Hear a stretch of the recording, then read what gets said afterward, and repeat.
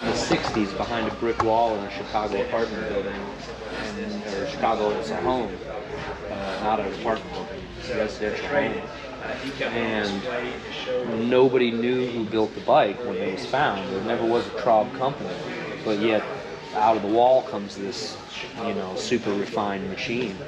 And over the years, it's come out in '67.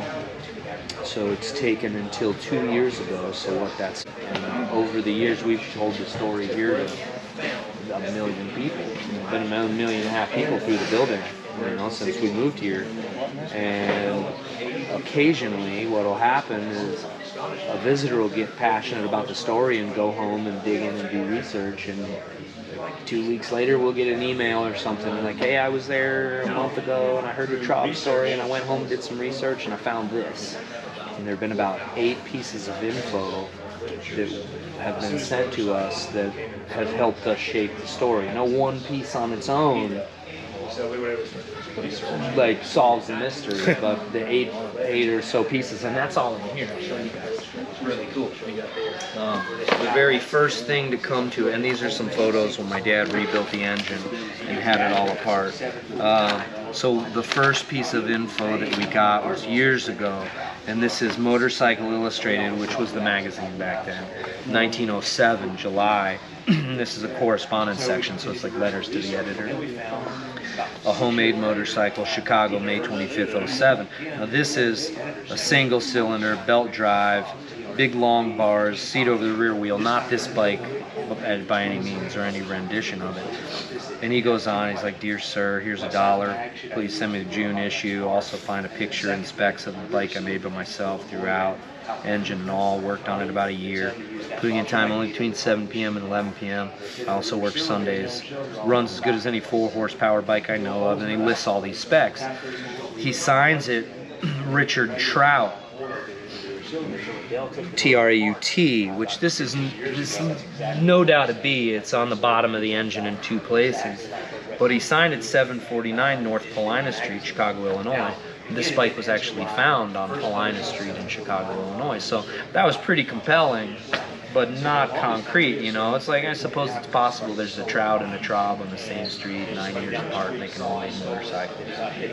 You know, so next piece, I found this Googling one day, probably 10 years ago, and I was like 50 pages in. I just Googled having this guy, Richard Traub. I Googled Richard Traub motorcycle, you know, and this is right when they started digitizing this stuff. I don't know if you remember, but there was a period where you'd Google something and the page would show up and it's just the page. But then eventually they got to a point where they started getting text recognition and it could key in on a phrase on a page, right? So that's when I found this next one, and this is the same magazine from 1910, question and answer. So you write in, they answer your question, you know.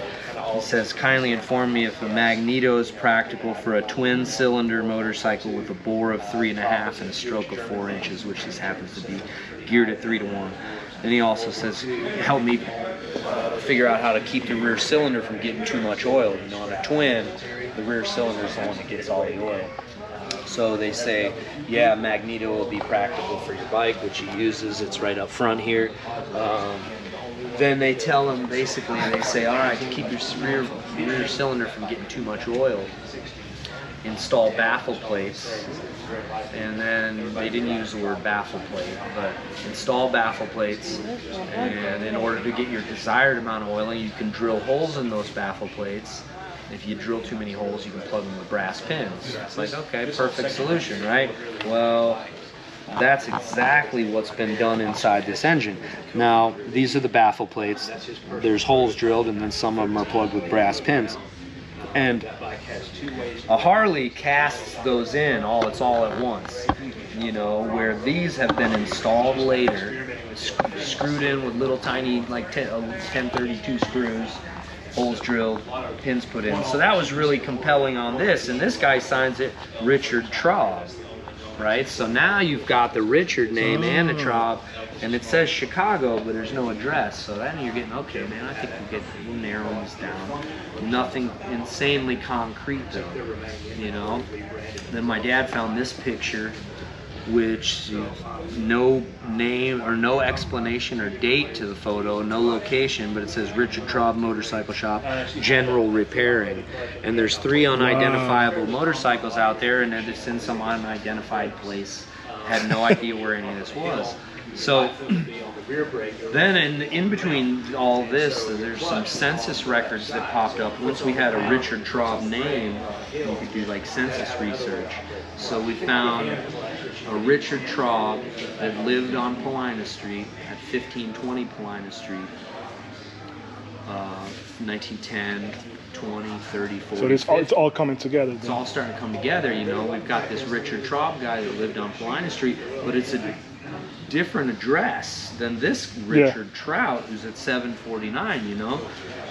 So this part here, now once we got an address for this Richard Traub guy on Paulina Street, now you can go on like Google Earth, Google Maps, and go to Street View and see what's there, you know, because we assumed that the next piece of info, once the 1520 Paulina Street comes along and we've got that info, this guy sends us this, which this is a section of a fire insurance map in Chicago. It's a massive map, and this is zoomed in.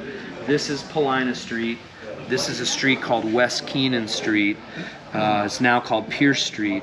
So there's your 1520 Paulina Street. It's on the corner, machine shop on the back, at the back of the lot, you know, which we always assumed was this, right? So you go to Google Earth nowadays, and what you see there on Google Earth is like a 2-car brick garage that looks like it was built sometime in the 60s or 70s, which I would say is probably when this was torn down and the bike was found. It's kind of where my head's at on that, you know, like, because this is no longer there. It's a 2-car brick garage. And so being in this 2-car brick garage, I skipped a part. Being in this 2-car brick garage, you know, it's like, oh, well, maybe it's not the location. We don't know where that is, but you can key in on this building here. And when you're looking at Google Earth at the building next to the 2-car garage, you can see 1,000% it's the same building, no doubt about it. Yeah, so we get this fire insurance map here, and now that we've got this location, and there's that 1713 Pierce Street, which this is 1713 Pierce Street right here. You can see it all, and there's a big plate on the deal now, all the same architectural features. Looks just like that now with a fence out in front. So there was always the discrepancy though between the 749 and the 1520 Paulina Street, you know, and my dad would always say, he'd go, they just changed the street numbers, you know, which sounds real convenient. Like, oh yeah, okay, Dad, sure. Well, lo and behold, last year this was sent to us. The plan of renumbering, City of Chicago, table showing new and old house numbers. August 1909, which August 09 is in between the July 1907 749 and the census record that put him at 1520 in 1910, right? So, and here they go, there's a whole synopsis here, and the way they explain it is they're like, all right, prior to this date, street numbering in Chicago was totally chaotic. There's no rhyme or reason to it. So as of this date, we're going to make this street the line between East and West Streets. We're going to make this street the line between North and South Streets. We're going to need 800 numbers to a mile. That's 100 numbers every 1/8 of a mile. That's one number for 20 feet. So if you own 60 feet of street frontage, the guy next to you is going to be 3 numbers later. And it all says it right here. And then they have a whole directory of every street in Chicago, what the old number was and what they changed it to. And so we went right to the North Paulina. This document's like 120 pages, and we just printed 5 pages of it. But you go to North Paulina Street and you go to 1520 was changed from 749 North Paulina Street. So it put all that address discrepancy together, you know, because there was a lot of rumors about this bike being stolen because of the 2 addresses. Yeah. You know, it was found at 1520, and we've got this info from a Traub, which we now know is a Traub, at 749, and this address renumbering document is what told us it was the same house the whole time. They just changed the street number, and the guy lived there the whole time. You know, another big mystery that we may never know is why this guy stuffed this thing behind a brick wall and never came back to it. He lived at the same address right up through 1954 when he died, and left the bike there, never pulled it back out of the wall. It wasn't until 67, so that's 13 years after the guy died, that they even find the bike in the first place. So, mystery, we may never have that part of it figured out. The who and the when and the where's kind of been figured out, but the whole why part has yet to be uncovered and may never be uncovered. So, no attempt to track down a family member? The guy was never married. Okay. Yeah, he had a brother, and his brother was married. So that's where it kind of ends. Yeah, and it's crazy because, yeah, a name, any offspring would put a whole new realm of potential in figuring stuff out. Yeah. We don't know. We know after the war he built telescopes, so he's had another knack for precision type of thing. Yeah, but really, one of those big mysteries. Which makes it cooler, It right? really does. It really does. Yeah. You know, if we had everything, and we still tell the story sometimes as a mystery. You know, don't. It just depends. Don't mention it. It just depends. You know, like it's a long, involved story to tell all of this stuff, but at the same time. Thanks for sharing. I mean. Oh yeah, my pleasure. So when they opened the engine up, did they notice it was pretty much all one-of-a-kind pieces? Or Oh, really? Yeah. And you can look, when you know what you're looking at, you can look at this bike, and you look the whole thing over. Seat, carburetor, magneto, only parts anywhere that you'd find anywhere else in the world. And the wheel rims, excuse me. This is a fairly common rim. It's on pretty much every motorcycle manufacturer from 1913 to say 1920. But the hubs are handmade, the brakes are specially made, the transmission. You know, we always say there's several points at which the term modern motorcycle is kind of redefined. You know, an innovation comes out, and if you don't incorporate it, you go out of business. Things like the spring fork. You know, there's all bicycles from the beginning, so it's all rigid. If then going 20, 30, 40 mile an hour, that spring fork changes the game. Mechanical intake valves, so like this one here, it's a suction intake valve. The only thing that the valve opens down on this, the intake opens down, carburetor, air fuel mixture, intake valve opens down, exhaust valve opens up. Well, on a lot of these bikes, you see the push rod out on the top.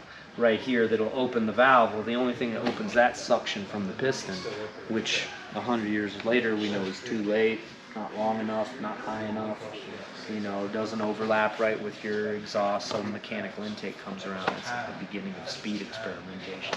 And your transmission, same thing. Put versatility into motorcycling. You got a single speed belt drive. A bike like that won't even make it up the hill.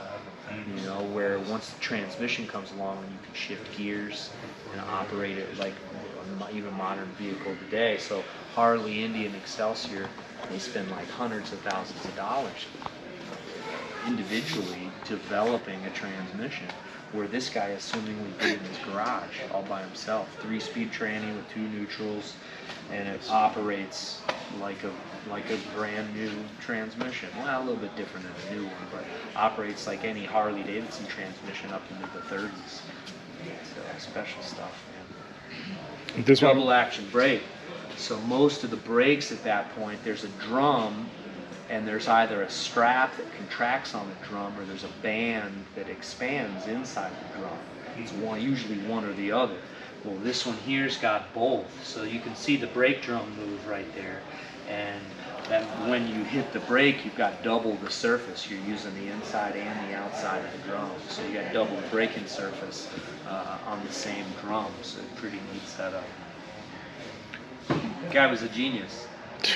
Painted the Mona Lisa and stuffed it under. Ahead of his time. You know, that's kind of how I explain it. Because if the world would have been a little bit different, there'd be 50 Traubs in the parking lot. You know, this bike would have given a Harley during its day, no doubt about it, a run for its money. I'm guessing this one runs too, right? There you go. Yeah. Have y'all started selling Traub t-shirts? Yeah, we had one for a while. Yeah. But I just want a plain ass Traub t-shirt with Yeah. that. Nothing else. Yeah. You know, or like this a hat that just has the logo on it. You know. That'd be cool. It would be cool. We need a bigger gift shop. We got a lot of shirts. Does this bike still run? Oh god, it runs excellent. Thing about it is, and I run this bike all the time. I ran it quite a bit earlier this year, and it's not without its flaws. The kicker and the way that this works is you grab the compression release up there. That's the lever that lifts the exhaust valves, and then you've got a ratchet kicker type of deal with a quadrant gear and a round gear on the transmission. So you like give it like 3 kicks with the compression release pulled, and that gets the flywheel spinning, and then you just drop the compression release. The problem on this bike is that quadrant gear on the kicker, like the first 5 or 6 teeth mesh really well, and then the next 6 teeth don't mesh that well. So as those last teeth wear, it becomes harder to start, and every 8 or 9 months I gotta pull the kicker off and go weld the teeth back up and reshape them. So that's where I'm sitting, because I just haven't had the time to do that. It's been like that for about 2 weeks now. And you kick it, and every once in a while, it'll slip a tooth, and it's the worst damn sound you ever heard in your life. It just hurts, you know, it hurts. So a couple hours worth of work's all it's going to take, but finding a couple hours is my colors for So it's a sweet little. It runs excellent, you know, rides amazing compared to most other motorcycles of its age. It's just really an impressive machine. Could have changed the world, but got stuff behind a wall. Thank you for your time, man.